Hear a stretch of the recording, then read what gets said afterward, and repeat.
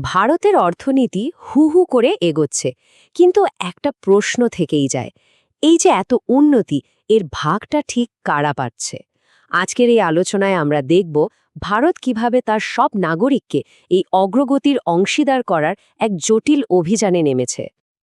দেখুন, ভারত এখন বিশ্বের সবচেয়ে দ্রুত বাড়তে থাকা অর্থনীতির একটা। কিন্তু এই যে এত সমৃদ্ধি, এত গ্রোথ, এর সুফলটা কি আসলেই সবার কাছে পৌঁছাচ্ছে? এটাই কিন্তু আসল প্রশ্ন। কিছু ডেটা দেখলে ব্যাপারটা আরও পরিষ্কার হবে। একটা অক্সফ্যাম রিপোর্ট বলছে দেশের মোট সম্পদের ৭৭%-এরও বেশি রয়েছে মাত্র ১০% মানুষের হাতে। ভাবা যায়, মানে বাকি ৯০% মানুষের কাছে আছে মাত্র ২৩% সম্পদ। বৈষম্যের ছবিটা কিন্তু বেশ পরিষ্কার। তো সমস্যাটা কোথায়? সমস্যাটা খুব সহজ। যখন উন্নয়নের ফলটা সমানভাবে ভাগ হয় না, তখন সমাজে একটা অস্থিরতা তৈরি হয়, আর দেশের কোটি কোটি মানুষের যে পোটেনশিয়াল বা সম্ভাবনা, সেটারও অপচয় হয়। এটা তো দেশের জন্যই একটা বিরাট ক্ষতি, তাই না? তো এই বিরাট চ্যালেঞ্জটা সামলাতেই ভারত একটা নতুন স্ট্র্যাটেজি বা কৌশল নেয়, যার নাম দেওয়া হল ইনক্লুসিভ গ্রোথ বা অন্তর্ভুক্তিমূলক প্রবৃদ্ধি। আচ্ছা, এই ইনক্লুসিভ গ্রোথ জিনিসটা আসলে কি? সোজা কথায়, এর মানে শুধু দেশের আয় বাড়ানো নয়।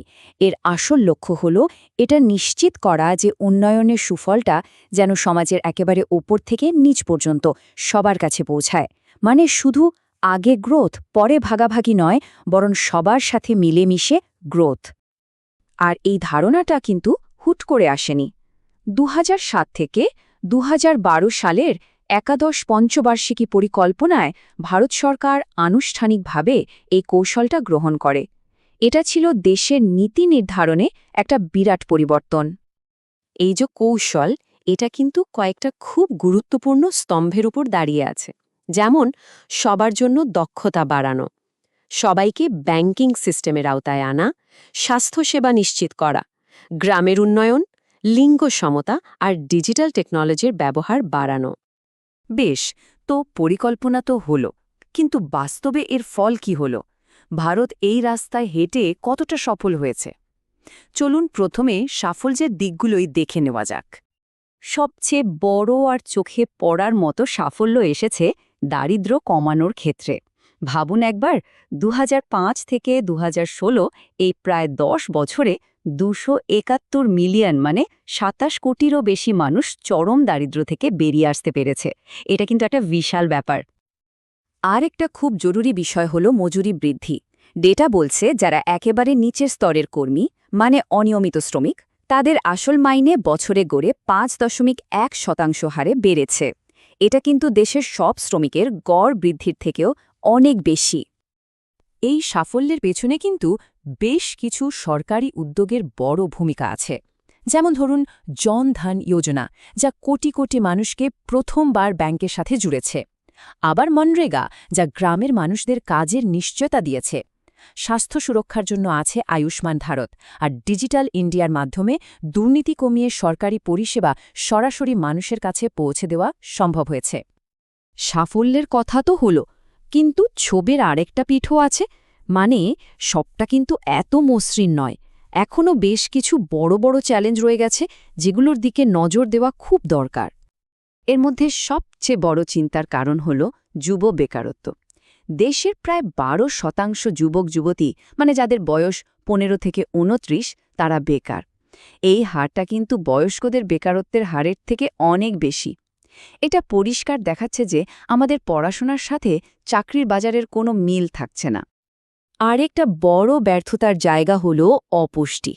অবস্থার কিছুটা উন্নতি হলেও অপুষ্টির সূচকে ভারতের স্কোর এখনও উদ্বেগজনক। বিশেষ করে শিশুদের মধ্যে বৃদ্ধি বাধা পাওয়া আর মহিলাদের মধ্যে রক্তাল্পতার মতো সমস্যাগুলো দেশের ভবিষ্যতের জন্য কিন্তু মোটেই ভালো খবর নয়। আর একটা বেশ অবাক করার মতো ব্যাপার আছে। দেশের অর্থনীতি বাড়ছে, জিডিপি বাড়ছে, কিন্তু মানুষের সার্বিক সুখ বা ভালো থাকাটা সেই হারে বাড়ছে না। গ্লোবাল হ্যাপিনেস ইন্ডেক্সে ভারতের মাঝারি অবস্থান এটাই বলে দেয় যে শুধু অর্থনৈতিক উন্নতি জীবনের সবটা নয়। তো এর কারণটা কি? একটা বড় কারণকে বলা হয় জবলেস গ্রোথ বা কর্মসংস্থানহীন প্রবৃদ্ধি। ভারতের অর্থনীতি একটা অদ্ভুত লাফ দিয়েছে। কৃষি থেকে সোজা চলে গেছে পরিষেবা বা সার্ভিস সেক্টরে। মাঝখানের যে উৎপাদন বা ম্যানুফ্যাকচারিং খাত, যেখানে সবচেয়ে বেশি চাকরি তৈরি হওয়ার কথা, সেটাকে প্রায় টপকে গেছে। ফলে জিডিপি তো বেড়েছে, কিন্তু সেই তুলনায় ভালো চাকরি তৈরি হয়নি। এই যে অন্তর্ভুক্তিমূলক প্রবৃদ্ধির অ্যাপ্রোচ, এর কিন্তু ভালো মন্দ দুটো দিকই আছে। একদিকে এটা সমাজে স্থিতিশীলতা আনে, দেশের বাজার বড় করে আর দীর্ঘমেয়াদে টেকসই হয়। কিন্তু অন্যদিকে এটা বেশ খরচ সাপেক্ষ। শুরুতে গ্রোথের গতি কিছুটা কম হতে পারে, আর এটা কার্যকর করাও বেশ জটিল। এর জন্য দরকার শক্তিশালী রাজনৈতিক সদিচ্ছা। তো এই সব বাস্তবতা মাথায় রেখে ভবিষ্যতের রাস্তাটা কেমন হওয়া উচিত, এর জন্য একটা নতুন করে ফোকাস করা খুব জরুরি। বিশেষজ্ঞরা মূলত 4টে বিষয়ের উপর জোর দিতে বলছেন। 1 নম্বর, কর্মসংস্থান তৈরি করা। 2, দক্ষতা বাড়ানো। 3, ক্ষমতাকে বিকেন্দ্রীকরণ করা, মানে স্থানীয় প্রশাসনকে আরও শক্তিশালী করা।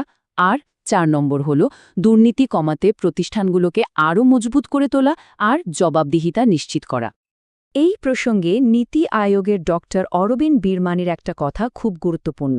তিনি বলেছেন, শেষ কথা হল প্র্যাগম্যাটিজম, মানে কোনো নীতি কাজ করছে কি করছে না সেটাই আসল বিচার্য। কোনো নির্দিষ্ট মতাদর্শে আটকে থাকলে চলবে না।